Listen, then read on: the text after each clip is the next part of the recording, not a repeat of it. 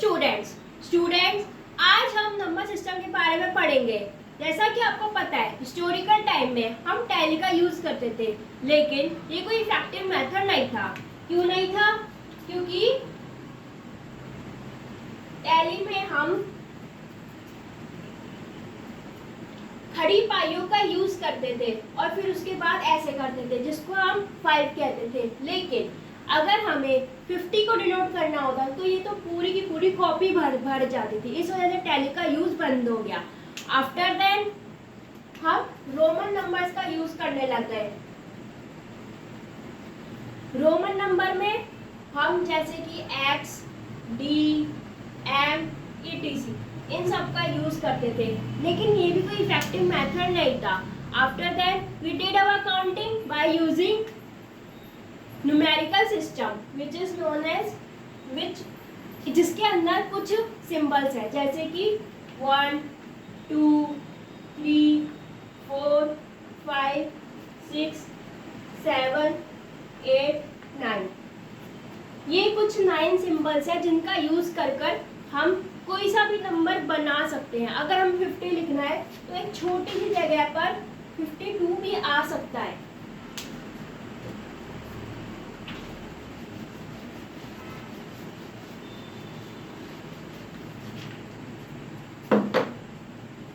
भी आ सकता है, लेकिन हमने एक बास्केट ली और उसमें देखा कि हमने कुछ फ्रूट्स रख रखे हैं, लेकिन हम एज्यूम करते हैं कि इसके अंदर 5 फ्रूट है। लेकिन अगर मैं इन पांचों को पांचों निकाल दूं तो अब इसमें कुछ भी नहीं बचा। अब इसको हम कैसे डिनोट करेंगे? तो इसके लिए हम एक सिंबल है जिसका नाम है 0, और ये जो 1 से 9 तक के नंबर से जितने भी नंबर हम बना सकते थे इनको हम कहते हैं नेचुरल नंबर। क्या कहते हैं? Natural number.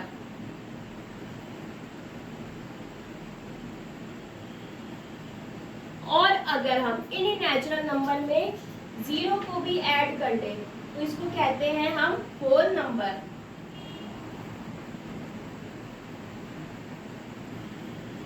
क्या कहते हैं? Whole number. तो अब हमारे पास ये प्रॉब्लम आई कि अगर हम बड़े नंबर में छोटे नंबर को माइनस करेंगे, घटाएंगे, तो अपने पास नेगेटिव नंबर आ जाएगा। तो हमने अभी तक तो ये देखा कि हमारे पास नेचुरल नंबर है, फिर हमारे पास होल नंबर है, लेकिन ऐसा कोई नंबर सिस्टम नहीं है जिसके अंदर नेगेटिव नंबर्स हो। तो उन नंबर्स को क्या कहते हैं? अगर हम होल नंबर में ही नेगेटिव नंबर्स को इंक्लूड कर लें तो उसको हम कहते हैं इंटीजर। क्या कहते हैं? इंटीजर। इंटीजर को हम z से डिनोट करते हैं। ओके, नाउ स्टूडेंट्स, अब हमें ये पता करना है कि क्या ये नेचुरल नंबर, होल नंबर और इंटीजर सफिशिएंट है हमारी मैथमेटिक्स को पूरा करने के लिए? नहीं। हमने जैसे कि आप पिज्ज़ा तो खाते होंगे आप, हाँ, तो पिज्ज़ा के अगर हम आधी स्लाइस करेंगे, अगर आपको अपने फ्रेंड को पिज्ज़ा बांटना है तो आप कैसे करोगे? उसको हाफ 2 इक्वल पार्ट्स में डिनोट करोगे। जैसे कि ये एक पिज्ज़ा है, अगर इसको हम 2 जनों में बांटने जाएंगे तो ऐसे इक्वली डिवाइड करेंगे, और ये कितना बन गया? ये तो 1 था, लेकिन हमने इसको 1 और 2 दो में डिवाइड कर दिया। तो अब हमारा कंक्लूजन ये निकला कि हम सिर्फ नेचुरल नंबर, होल नंबर और इंटीजर से ही नंबर को डिनोट नहीं कर सकते, अपन को और भी नंबर चाहिए होंगे। तो हमने एक और नंबर डिफाइन किया, फ्रैक्शन नंबर्स।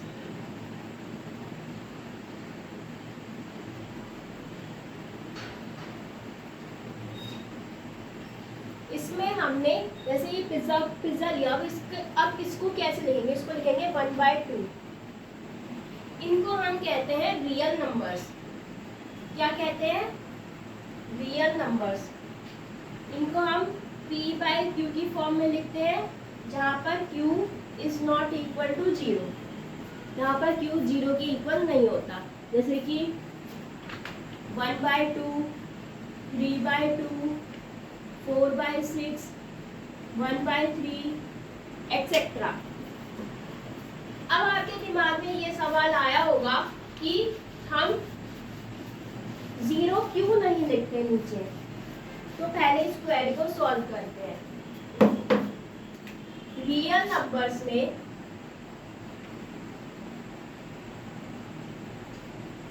अगर हम किसी नंबर के नीचे लेट क्यू ले, उसके नीचे 0 लिखे तो वो अनडिफाइंड हो जाता है। क्या हो जाता है? अनडिफाइंड। उसको अपन इंफिनिटी भी कहते हैं। इस वजह से हम 0 नहीं लिखते।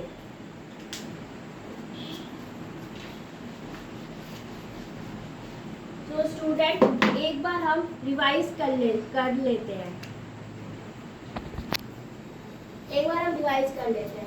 टैली हमने अपना नंबर सिस्टम टैली से स्टार्ट किया था, जिसमें हम करते हैं कि जो कि इफेक्टिव नहीं था, not effective. After that we did our counting by using Roman numbers, लेकिन ये भी कोई इफेक्टिव मेथड नहीं था, नॉट इफेक्टिव। आफ्टर दैट हमने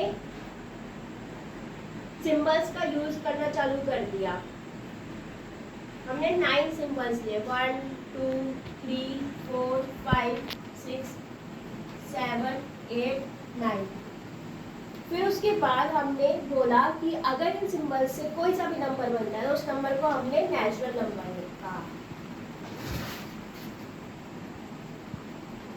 और अगर हम इसी नेचुरल नंबर में 0 को ऐड कर दे तो उसको हमने क्या कहा? Whole number.